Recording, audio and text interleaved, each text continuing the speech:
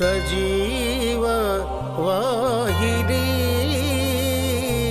ఇది సత్య ప్రకాశిని.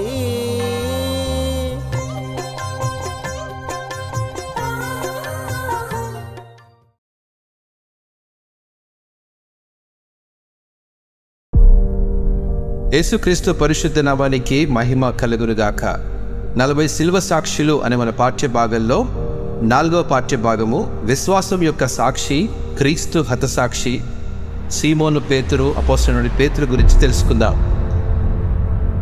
అపోస్తలుడైన పేతురు రాసినటువంటి మొదటి పత్రిక 2వ అధ్యాయము 9వ వచనం ప్రకారము, అయితే మీరు చీకటిలో నుండి ఆశ్చర్యకరమైన తన వెలుగులోనికి మిమ్మల్ని పిలిచిన వాని గుణాతిశయములను ప్రచురము చేయు నిమిత్తము ఏర్పరచబడిన వంశమును, రాజులైన యాజక సమూహమును, పరిశుద్ధ జనమును, దేవుని సొత్తైన ప్రజలై ఉన్నారు అనేటువంటి మాటలు మనం గమనించగలం.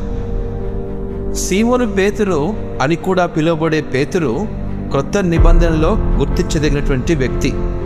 దుడుకు స్వభావం కలిగినప్పటికీ యేసుతో తన ప్రయాణంలో అతను అపారమైన విశ్వాసం మరియు ధైర్యాన్ని ప్రదర్శించాడు. అలాగే సందేహం మరియు వైఫల్యం వంటి లక్షణాలను కూడా కొన్ని సందర్భాల్లో గమనించగలం.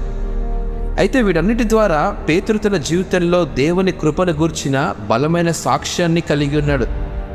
మనుషులను పట్టే జాలరిగా మారడానికి యేసు క్రీస్తు చేత పిలిచిన క్షణం నుండి పేతురు జీవితం గొప్ప అనుభవాలకు దారితీసింది. అతను ఆశ్చర్యపరిచే అద్భుతాలు, లోతైన బోధనలు మరియు యేసు యొక్క షరతులు లేని ప్రేమను ప్రత్యక్షంగా చూడగలిగాడు. క్రీస్తును సంపూర్ణంగా విశ్వసించగలిగాడు. నీటి మీద నడిచిన అనుభవాన్ని పొందాడు.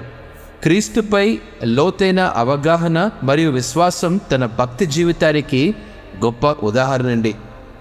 పేతురుకు యేసు పట్ల బలమైన ప్రేమ ఉన్నప్పటికీ బలహీనత మరియు సందేహం వంటి లక్షణాల నుండి తప్పించుకోలేకపోయాడు.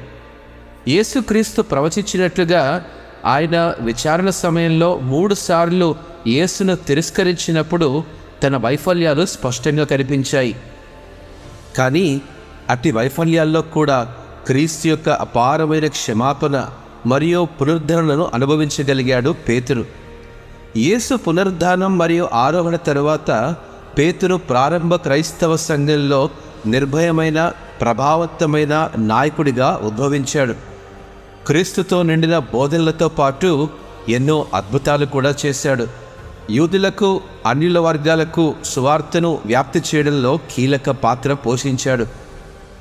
హింస, వ్యతిరేకత ఎదురైనప్పుడు పేతురు యొక్క అచంచలమైన సంకల్పం తరతరాలుగా విశ్వాసులకు స్ఫూర్తినిస్తూనే ఉంది. బహుశా క్రీస్తు శకం 64 నుంచి 68లో అతన్ని ఉరి తీయమని రోమా చక్రవర్తి నీరో ఆదేశించినప్పుడు పేతురు తలకిందులుగా సిలువ వేయమని అభ్యర్థించాడు. అతను క్రీస్తు వలె చనిపోవడానికి అనర్హుడని భావించుకున్నాడు.